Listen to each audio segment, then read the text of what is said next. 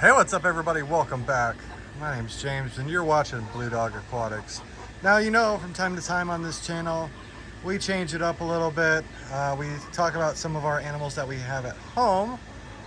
And we did a video a while back when we built our chicken coop and our run. And so we wanted to do an update. And I call this, our chicken coop is like Fort Knox, because it is.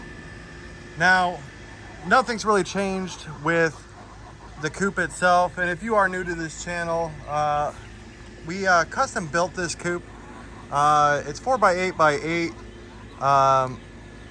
It was just cheaper to build than to buy. We bought this little rinky-dink for like 300 bucks, and I think this whole build cost me like $1,000 bucks. And it fits the needs of all of our birds. A lot of the material you see was repurposed and old wood that we had laying around. Now, some of the modifications that we've done lately is, you can see there's now chicken wire up underneath here. There's chicken wire up here. There is fence paneling all around it, including up on top.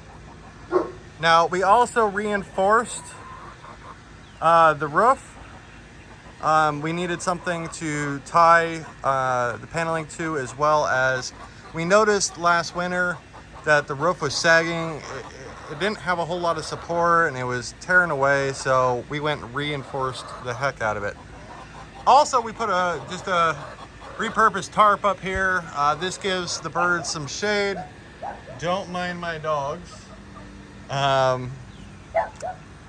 A couple other things. We also added chicken wire up there. And then if you notice here, we actually have 2 solar power security cameras. One's there and one, well, I guess I gotta look. One right there. Hi, chicken. Oh, you bringing thing 1 with you? Yeah. We actually just went through yesterday and cleaned up the coop. This is something that's really important because you don't want your chickens to get fleas or mites, and so keeping a clean coop is very essential.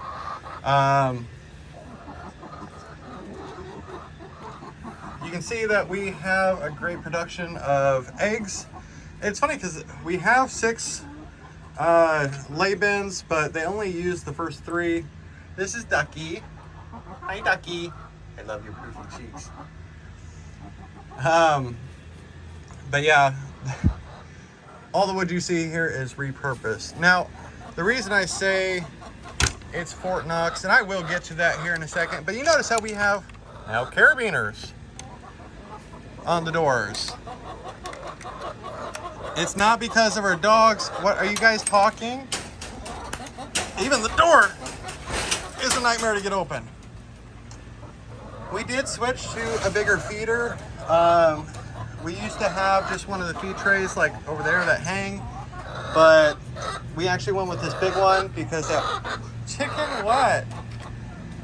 That's Hootie, Ducky, thing 1, thing 2, and this is chicken. And then we also, so we did originally have 22 chickens. We're down to 5 big hens. And then we have the frizzy bantams. There's 4 of them. We do have 2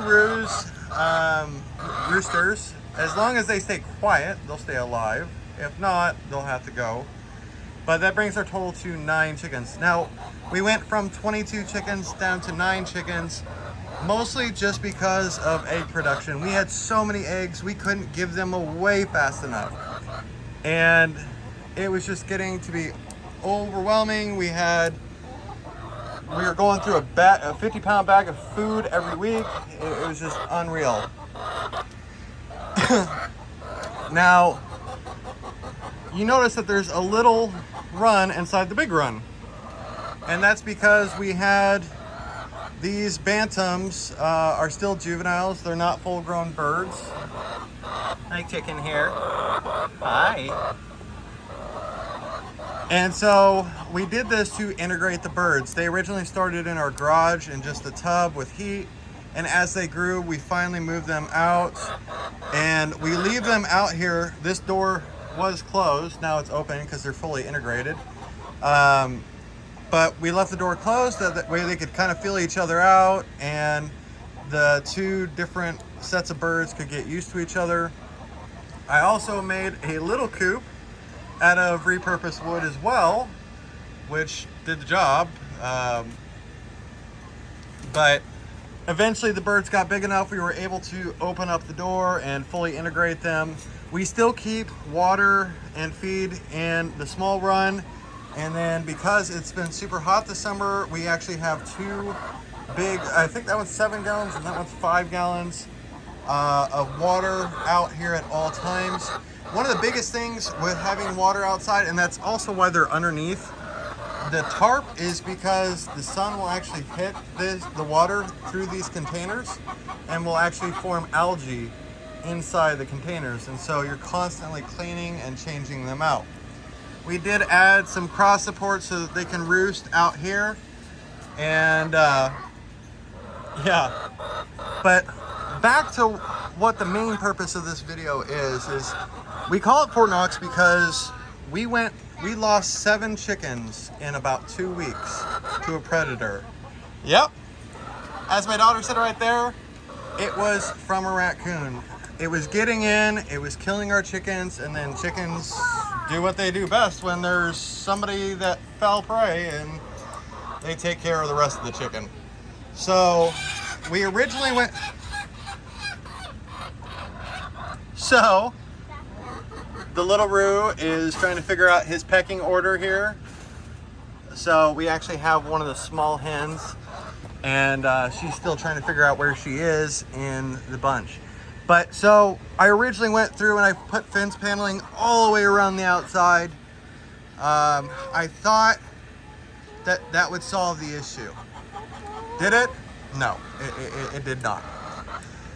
So I went through and I stripped back the entire top because we only had chicken wire. This flimsy crap, that's what we had on the top. And we still had, close up. We still had raccoons getting in and killing chickens, and they were stealing eggs and stealing food.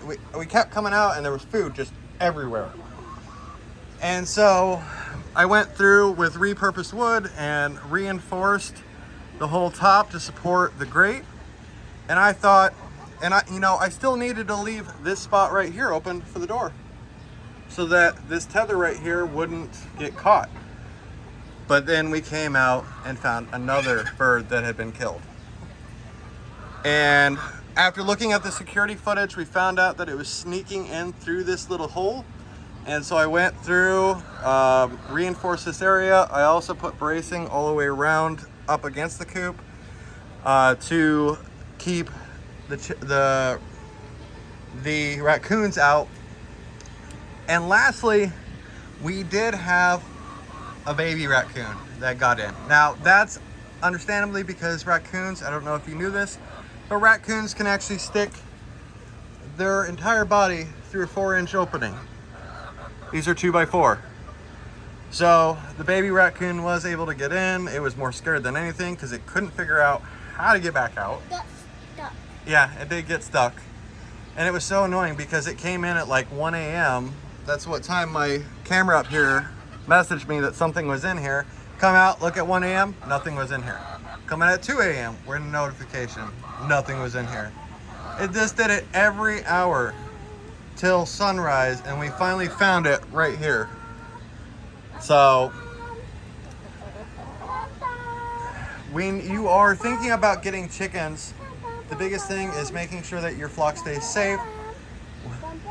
We have definitely done that. Isn't that right, Hootie? Oh, you're camera shy? Chicken, you're just, oh, no. So, guys, thank you so much for tuning in. If you want to help us come up with names for our 4 new bantams, leave us a comment down below. Ricky.